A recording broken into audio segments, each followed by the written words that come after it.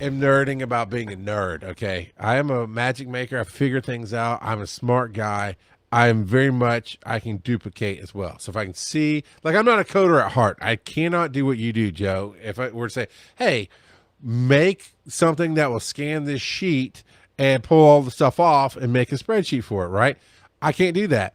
But I could look at your code, and if it's close enough to a different project, I could modify it enough to work for that project. All right. Yeah. That's where I can do. I'm very good at that. And I'm working with a project right now called We Serve Network.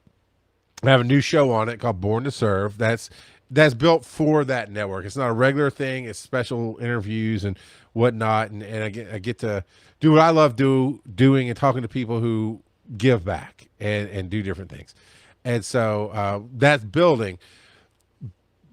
Long story short, I worked with Barbara Beach on the Military Appreciation Channel many years ago. And our paths parted. Perfect timing in December. They came back together.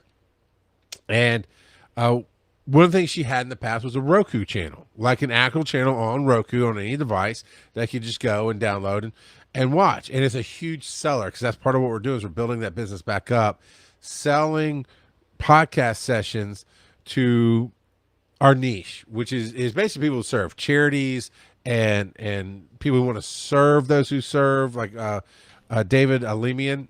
I just interviewed him for One EMS a while back, where he has a thing to help retain, basically give an extra retirement to firefighters, EMS, and other people, military, not military per se, but anyway, he wants to serve those who serve. And it's a good product. I like it.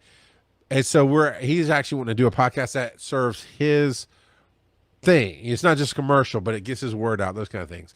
So He's the kind of person who would never just sit down and do a podcast, and they wouldn't just want to do one like we do. It's not for entertainment, it's for a specific purpose. So it's usually 1 hour a month. And I show up with something like this, the talk studio, and boom, boom, boom, bing, bang, bong, record you. So all you got to do is show up, you talk to your guests, Barb sets up the guests, preps the host, all that jazz. Then afterwards, I do a lot of post-edit, post-production. Looks amazing. Go check it out on One EMS. You can see some of the stuff I did with David Alemian. It's great. But the biggest sell is to say, hey, we have a Roku channel, and for X amount of money a month, your show will go up on our Roku channel, and you can just tell anybody you want, hey, it's Rad TV or it's the We Serve Network. We haven't decided exactly where we're going to brand it because it used to be Rad TV, which is a great brand. Radioactive Broadcasting was the platform she had. Here's the thing. Everything changes, right? And she hasn't really been messing with it since she dropped a little bit during COVID, came back a little bit, but then her husband got sick in like 2022, and that took 2.5 years of her life dealing with. So she let everything fall away. The person that helped her before did it the hard way. Now I don't know what it was like trying to code for Roku back then and everything else, but he did it the hard way. It's like, you gotta when you do F12 on the internet, it's not examine the page. It's the dev tools. Yeah, basically the dev tools where you can see the code of the page. It's called a certain thing. I can't think of it right now, but he's like, you do this tools. And you scroll down and you copy this thing and you just like, well, I don't need to do that. I can actually go to GitHub, put my video there, or not my video, my photo there that I want to be the poster art, and do the link that way. So GitHub is a great tool that I guess I didn't have a couple years ago, didn't know about, whatever. What I couldn't do is so Roku had this thing called Direct Publisher on it, which is supposed to make it super easy. You just go in, paste the code in, and it just does it, right? And it's basic, right? You're not going to get a Netflix feel to it. You're not going to get the posters in the background. You're not going to get all that cool stuff. Yeah. But it would work. Except they got rid of that last year. And you have to do SDK only. So Roku's done a really good job of documenting, here's how, because every time I Google something that comes up, here's how you change your channel over to SDK, how you convert it to SDK. But Google, websites that are supposed to be helping me with this specifically, Vimeo is where we host a lot of the videos, right now. Vimeo is a really cool hosting site for $25 a month. You can have a terabyte of video, and they have showcases, which if you go look at weservenetwork.org, and look at our shows, those are all Vimeo showcases. Like I just pasted in the code. So as I post up a new video, that showcase, it just updates and looks great, and it's cool. Okay. So because Vimeo gives you the embed code automatically, right? Yep, all that. So a lot of great tools. And as she's talking about rebuilding this Roku thing, if I can see the old code, I can figure out how to do it. But I could not find SceneGraph. I was like, what is SceneGraph? I can't find SceneGraph. BrightSpark is a coding language. I got Visual Studio for Microsoft free, right? It's their free thing, whatever. But it said it's supposed to do it. Every piece of documentation said just go to the Visual Store, Visual Editor, whatever, and type in BrightSpark. No, that plugin does not exist, sir. So everything I'm saying about coding, I can't do because I can't even get step one. So frustrating. So frustrating. I can't follow the tutorial videos because I can't get the plugin. It's literally Microsoft Store. It's right there. I hit the button. Nothing happens. Didn't you send me a text about this asking if I knew anything about like BrightSpark? I did. You say text. Like, I say hell Joe. Hell Jerry. Joe Mary. Hell Joe. Oh, hell Joe Bob Mary. That's what I said. I said, hell Joe Bob Mary, can you please tell me what the heck BrightSpark is? Because it's a type of coding language.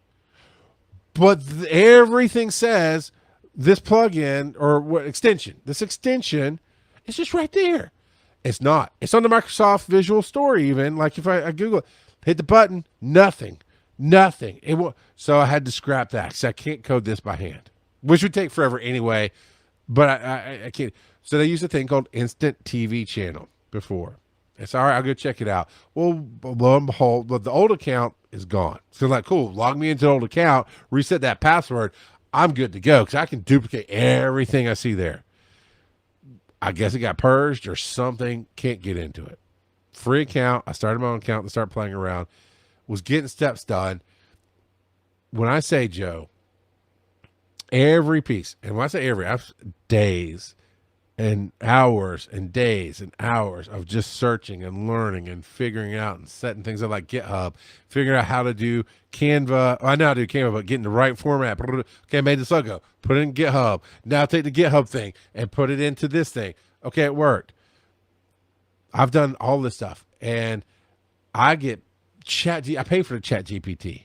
It's a beautiful thing when you pay for it. I've been using it to help me, but every time it spits out a step, it references the direct publisher. And I'm like, no, this is outdated information. Roku does not support direct publishing since October of 24. That's one of the big issues with GitHub in general, especially when it comes to coding, is it's pulling from all of the internet. And there's stuff that's, 10 years ago would have been great information, but it ain't anymore.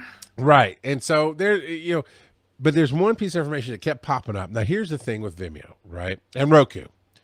There's Roku Developer, where you make the channel. And not everybody uses the term developer, right? It's just Roku channel sometimes. But then there's Roku apps, like YouTube is on Roku. And so I kept seeing this thing pop up. Vimeo is no longer supporting Roku. Now, it's contradicting information because on Vimeo today, you can log in, look at the showcase. It says TV apps, and it's like right there. Here's your Roku link right here. You just copy it. And I'm like looking at their how to do setup things and like, oh yeah, but it doesn't do it. It doesn't. Some of it says direct publisher, which I know is not correct, and some of it doesn't. But it's still available on Vimeo today. I finally reached out because my hard part was I can make the grid show up. I can make the posters show up, backgrounds. I mean, there's some tweaking stuff, but I could get it done. So as the TV does, it's like a GUI for coding. It lets you fill in the information, and then it packages it with the BrightSpark and SceneGraph and all this stuff in the background and gives you an SDK to download, which then you turn around and upload to Roku, okay? Could never get a video to work. Couldn't get I wanted the showcase to do it because that would have been perfect, right? Each show has its own showcase, and you could see all the different videos. Could not get it to work for the life of me. Couldn't get single videos to work. The documentation from the guy who did it many years ago, again, way off, way hard. But I even took the link he had, which is not a link I had originally from Vimeo, put it in, couldn't get it to work. Found a CDN for video, which is, I think it's Certified Distribution Network. It's CDNs basically are places that give you enterprise level video. Because like what we're doing right now, as good as it looks on our side, as good as we can record it, we can put up 4K video on YouTube. YouTube's going to compress it. It's not enterprise level video. It is user level video. So I'm semi familiar with CDNs from many years ago. I hadn't refreshed it in a while, but I found a CDN link for me. Still didn't work. And this thing is just clogging up my creativity because I needed it to break loose, because right there, I just knew I was missing one piece. Could not get the help I needed to make it work. Got to put a stint in. And well, I tried, and Joe Bob Mary didn't help me out. So stints was gone too. And in a talk today, I was talking to Barbara, and she just has a circular way of doing things, but it gets my brain going. And what I was trying to do was make Vimeo work, because it kept saying it would work. 2 days ago, I reached out to their tech support and said, hey, I can't get it to work. I'm doing this, and this, following everything I follow. The video will not play. Reference to instant TV channel, all that stuff. Got a copy and paste response back that had a freaking link to direct publisher, whatever it was they don't support anymore. And I clicked it just to see if maybe it was a link I hadn't found. Takes me to the Roku page. It's supposed to be all about it. Page not found. Right? And I'm like, this is your support, Vimeo. And then I did a quick Google search, and I really read it. It says, did Vimeo stop supporting Roku developer? I looked at directly and came up with yes. 2023, Joe. 2023, Vimeo said we will not support Roku and Amazon Fire and all that, because we believe you get a better experience on our site. Everything else I'd read led me to believe that they just weren't going to put the Vimeo app on Roku so you could watch Vimeo. No. Once I've Googled developer, then Google AI came up with all the extra articles I was missing. Yeah, 2023, they announced it. By October of last year, Joe, nixed it 100%. And yet today, by the way, everybody, this recording is in June of 2025. And their tech support is still saying, oh, yeah, you could do it here. No, as I said earlier, liar! Oh my God, no. That word does not mean what I think you think it means. That's because it's probably AI tech support. Oh my God. It's definitely copy and paste tech support. So all that frustration, and then went, how about if I just forget Vimeo? Where else can I try? And I started going down that rabbit hole, and I kept seeing, like, what we're paying for instant TV channels is a free channel. Then I upgraded to the $5 a month thing that gets me RSS feeds. Like, because I was trying that. So maybe if I pay for the RSS, I could put the showcase in there, and it's a feed. No. But I noticed, and then the max you're going to pay is $50 a month, and that's enterprise level. And then I saw a note as I'm thinking in a different path. It says, while you're not required to use AWS or S3, they go back and forth for terms, but that's the Amazon Web Services, right? Yeah. Or S3 is there. Yeah. It is very helpful, and if you get to this level, there's a handshake thing that we do for you to make it easy. I went, Well, as I'm Googling CDNs, which there's some really good ones out there. MUX is a decent one for a good price as far as it goes. They seem to have very good price. I didn't try them, but they look like a decent site. CDN Bunny was also another one I was going to try. However, I went right to the source, went to AWS Cloud Services, and they have CloudFront, I think is what they called it. But basically, I set up the account and jumped through some hoops. And ChatGPT is my best friend. I was like, one though, me and Chatty have got to have a sit down. I'll come to Jesus meeting. When I ask you for a step, I don't need 15 steps. I need you to break down this part and let me understand it, and then we'll go to the next part, buddy. Stop over, man. It overwhelms me with information. I'm like, yeah, I do step one and step your two. Inner Clippy. Yes, Joe. Bring Clippy back. No, just me. Okay. But yeah, but it did. It's like, oh, here's how you set this thing up. You actually have to set two different things up in AWS for this to work. But with me reading and learning and doing it, 20 minutes. 20 minutes. I had the two things set up, messed one thing up, and ChatGPT was like, well, you need to have this code to update your bucket. It's called a bucket. You got to update your bucket. So the bucket's private. You can't just go get the video. But if I use this other link for it, then it can be requested from places like Roku. And it gave me the right code. Well, then I found where I missed it in Amazon itself. And the code, exact same thing. The code was there. Oh, cool. Done. Oh my God, Joe. Days and days of knowing there was a problem. This is what I was going to ask you earlier. Now I'm throwing it to you, sir. Tell me you're like me, where you're like, I know in the deepest parts of my soul, I've got this. I'm just missing that one piece. And when it falls in, I'm glorious. I mean, you got to get through like 1,200 episodes, but yeah, that one piece. Oh, I see what you did there. Butt face. But no, that happens to me so often at work where I'm coding something. I'm like, I know I've got one small error that I am missing. And if I can figure that one thing out, the whole thing will fall into place.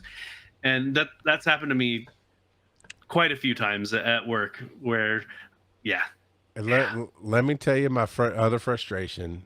Besides, I'm so happy. Now it's just about cosmetics. Now it functions. Now I know, boom, boom, boom, video. It's going to take some work and some time, but once it's up and running, it's just updating the next show and the next show. And I've got to do it separately from the public. The public's to Vimeo, makes our website look great. The private's to Amazon. We'll have to do whatever. It's just a step. One, huge frustration. Roku has tons of documentation on their site saying we don't do direct publisher, and yet Google search in general, Google Gemini AI and ChatGPT, because I don't use Gemini, but I use, automatically puts up the AI search. I don't turn that off, so I let the AI do it somewhere at the top. None of them could get past direct publisher. None of them. They kept saying direct publisher. Vimeo still having that crap on their site after publicly saying we're stopping support. How did you not kill that back in October, much less now? Now your tech support is just copy and pasting BS that's not relevant anymore. Those are problems. But my heart goes to the guy who wrote Instant TV channel. I can tell he is a nerd. He is a coder's coder, because he saw this thing that he's charging so little for it. I mean, because I looked. I was like, what if we just hire somebody? $400, $500, $600 a month plus a $300 setup. That's the low end. The high end is like $200 or $300 a month, but a $2,000 setup, right? It's for them to do it for you. Now he's providing the service that lets me do it, and he's got some good basic documentation. He's got some good basic training videos, but it comes from a tech standpoint. And this is where I want to reach out. I might. It's where I want to reach out to him, like, please let me help you.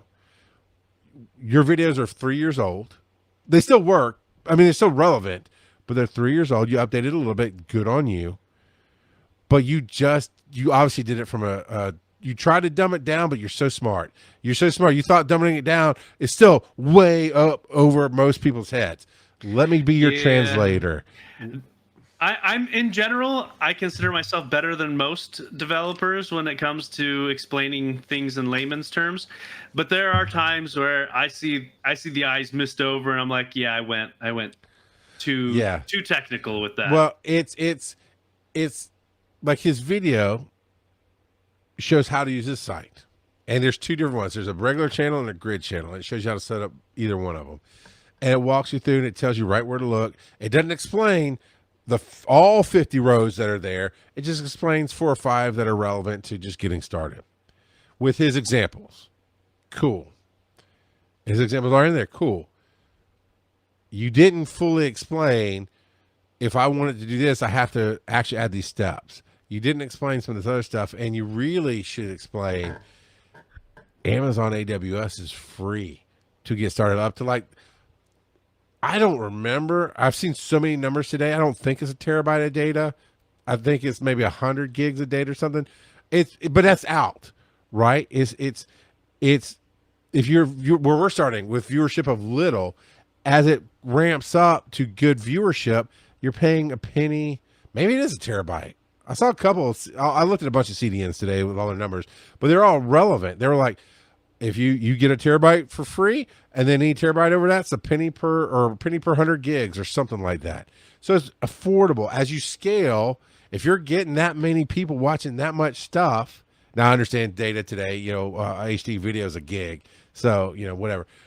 You should be monetizing that. Otherwise, why are you messing around? But I would love for you to see. Maybe I'll play it for you before next show or the next show I'm on or something, and let you give some insight. But I could tell, I can infer. Oh, you thought you dumbed it down. Like, oh, I showed you what I did, and now you'll just do it. It's like, I bring the magic, and I'm very smart, and I'm a puzzle doer. I don't know, puzzle player. I figured this stuff out. So I was a good paramedic. From A, I can start with A, and I can have F, and I can figure out every level in between to get you there. Days, man. Days. Like yesterday, I had a bad day because I just couldn't get it done. I spent all 8 hours, all day, trying things, working on things, research, search, look, play on my phone because my brain hurts. All right, back, search, look. Could not get it. With that breakthrough. So, Joe, we can develop a Wise and Nerdy channel for the Roku app. Yeah, for the Roku app for $5 a month, and we could have our own Roku channel. We might have to start. We could even put clips next to it and have the regular shows. We could do all kind of cool stuff, man. So I'm so happy right now because that's on the same day that I get the call that, hey, your clock's up, buddy. You're out the door July 1st. God bless America. I don't know.